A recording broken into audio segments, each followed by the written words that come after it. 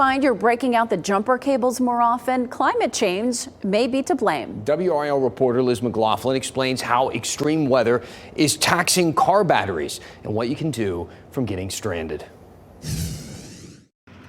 An influx of customers with car battery issues have already started to flow into the Batteries Plus store in Apex. We're expecting higher than average failures with car batteries this year due to a lot of the extreme heat we saw across the country. Robert Stitzer says battery breakdowns are generally more common when cold weather hits and battery capacity is reduced.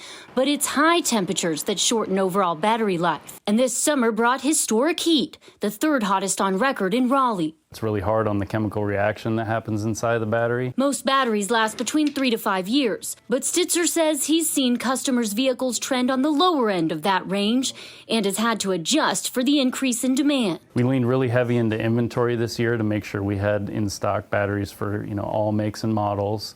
We rolled out some additional training and tools to our stores. It's a good idea to test your battery regularly once it's 3 years old. Available for free at most auto shops and retailers.